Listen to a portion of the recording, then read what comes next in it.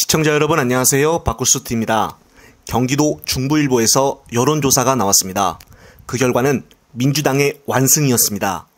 9일 중부일보 의뢰로 여론조사 기관 데일리서치가 내년 4월 22대 총선에서 여야 후보 중 누구를 선택하겠느냐에 대한 물음에 경기도민 55.8%가 야당 후보가 당선돼야 한다고 답을 했습니다.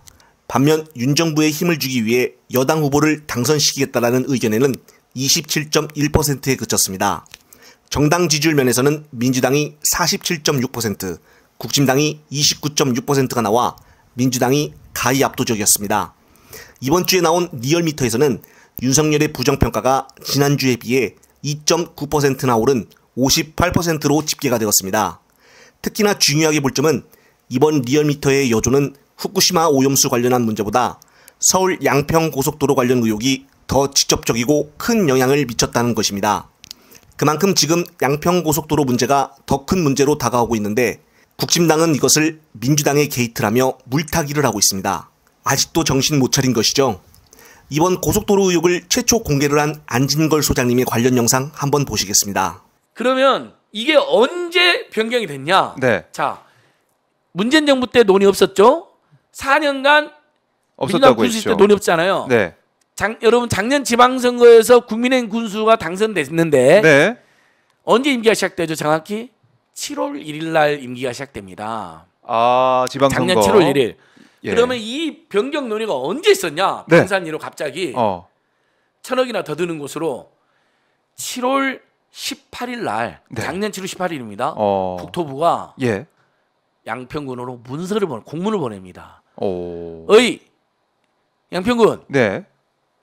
우리 고속도로 종점 변경 논의 좀 해볼까? 우리가 변경안을 붙여놨으니 예. 니들 검토 의견 좀 달라 그럽니다. 갑자기. 예.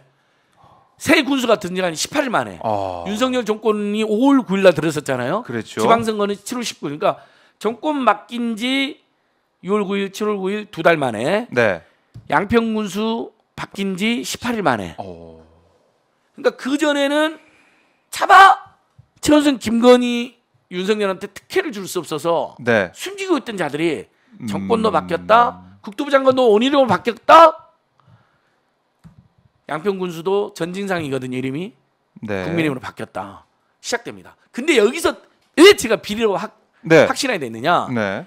이게 왜 고속도로 종점이 급변경되냐? 강득구 의원이 문제 제기하고, 네. 그다음에 김두관 의원이 국회에서 원희룡한테 따지면서 더 뉴스가 많이 나왔거든요. 그러니까 국토부 해명이 어떤 거냐면, 네.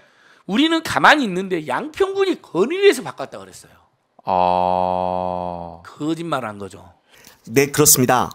오늘자 한겨레의 단독 보도만 보더라도 윤석열 대통령 장모 최은순 씨가 소유한 경기 양평군 백악리 일대 농지에서 양평 주민들이 임대나 위탁 등의 절차 없이 농사를 짓고 있는 것으로 확인이 되었습니다. 따라서 농지법이란 직접 농사를 짓는 농민만이 농지를 보유할 수 있도록 규정해 놓은 법인데, 지금 백악리 일대 농지를 조사를 해보니 법 위반 의혹이 제기된다는 점입니다. 전날 오후에 찾은 백악리 일대의 최씨 소유 해당 농지에서는 인근 마을 주민들이 모여 농사를 짓고 있었습니다. 최씨 소유 농지에서 농사를 짓고 있었던 A씨는 기자의 질문에 최씨 소유 땅인 건 몰랐는데 최근 동네 소문을 듣고 알게 됐다고 털어놨습니다. 그러면서 A씨는 농사를 권한 지인이 누구인지에 대해서는 답을 피했으며, 최씨가 직접 농사를 하는 것이냐는 물음에 A씨는 그것은 아니다라고 대답을 했습니다. 네, 딱 걸린 셈이죠. 계속적으로 양평군 일대 모르게 또 다른 땅들이 윤석열 집안의 땅이라는 것이 쏙쏙들이 드러나고 있고, 이제는 농지법 위반 및 다른 범죄 행위들도 하나둘씩 나올 것으로 보여집니다. 따라서 이런 범죄들이 속히 드러나는 것이 뻔하니까 원희룡 장관은 다 없던 걸로 하자며 엎어버린 것이 아닌가 추측을 해봅니다. 이런 것을 보는 국민들은 분노가 차오르고 황당할 수밖에 없는 상황입니다. 앞으로 또 추가 소식들이 있으면 말씀드릴 것을 약속을 드리며 이번 영상은 여기서 마무리하겠습니다. 시청자 여러분, 시청해주셔서 감사합니다.